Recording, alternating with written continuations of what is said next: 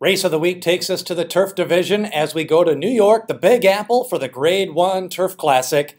3 of the 7 horses entered are millionaires. Let's start from the rail. Red Rifle with Javier Castellano in the saddle.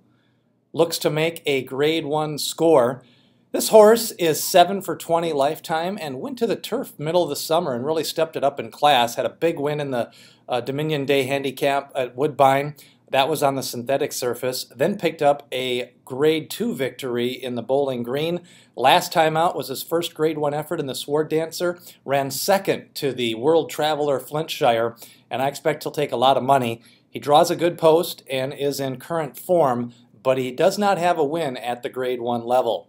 Perfect title. This horse is up against it. He's pretty much been running claiming and allowance races most of the summer, and now he faces his first Grade 1 stakes activity, and that's usually a losing proposition. Probably about a 20-to-1 shot to win this race. He is definitely slower than many of the main contenders. Off the pace running style means he'll come running late. He has faced some full fields, and I think he'll be competitive in this group. I just think, you know, with 5-6 horses separated by 6-7 lengths, I think he's going to take the worst of it on the win end. Big Blue Kitten, what can you say? A win machine, 13 for 28 lifetime wins, 8 seconds, $2.2 million in career earnings. One of the 3 millionaires, Jersey Joe Bravo, back in the saddle. He has ridden this horse well this year. And really the last 2 years he's ran solidly. 3 for 6 lifetime at Belmont with 2 seconds.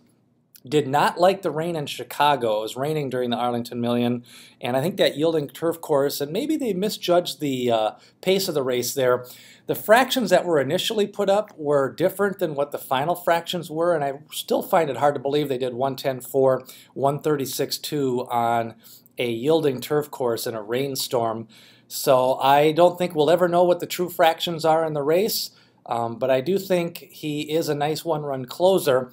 Let's see if he can get up and actually win in this spot. He would be one of the Breeders' Cup turf favorites if he does win this race. Twilight Eclipse, this hard-hitting 6-year-old son of Purim out of a Twilight Agenda mare, gets Joel Rosario in the saddle. He's ridden him one time in the past, but none in the last 10 races. And 7 for 27 lifetime win record. Had the distinction of facing main sequence 5 straight times last year and losing them to 5 straight times.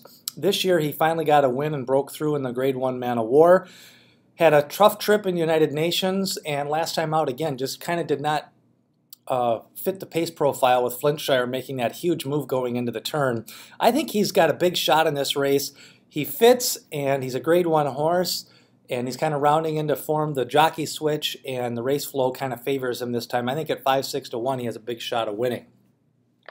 Slumber, this horse picked up a win in the Grade 1 Manhattan, second in the United Nations, and again, another one who did not run a step in the Pizza Man race in the Arlington Million. I think he improves in this race. He can improve off that effort. He's a millionaire, and Chad Brown sends out 3 in this race. Quiet Force steps up in class, 6 for 14 lifetime wins. It's kind of a win machine. Jose Ortiz in the saddle. Ran in the Arlington Million, but before that won a Grade 3 prep. So again, stepping up in class, not sure he can win at the Grade 1 level. First time out against some hard-hitting horses. And Shining Copper, this is your pace setter, the speed of the speed. Set all the fractions, ran 4th in the United Nations, ran 3rd in the Arlington Million, but again, we don't really know what the fractions are in that race. You know, usually speed can make a difference on the dirt.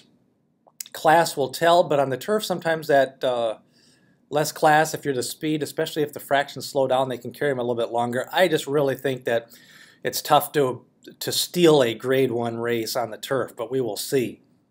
Top favorites are probably Big Blue Kitten and Slumber. My top choice and top contender is Twilight Eclipse. I think he fits a little bit better into this race profile, and I think at 6 to 1 in the jockey switch, he has a big shot.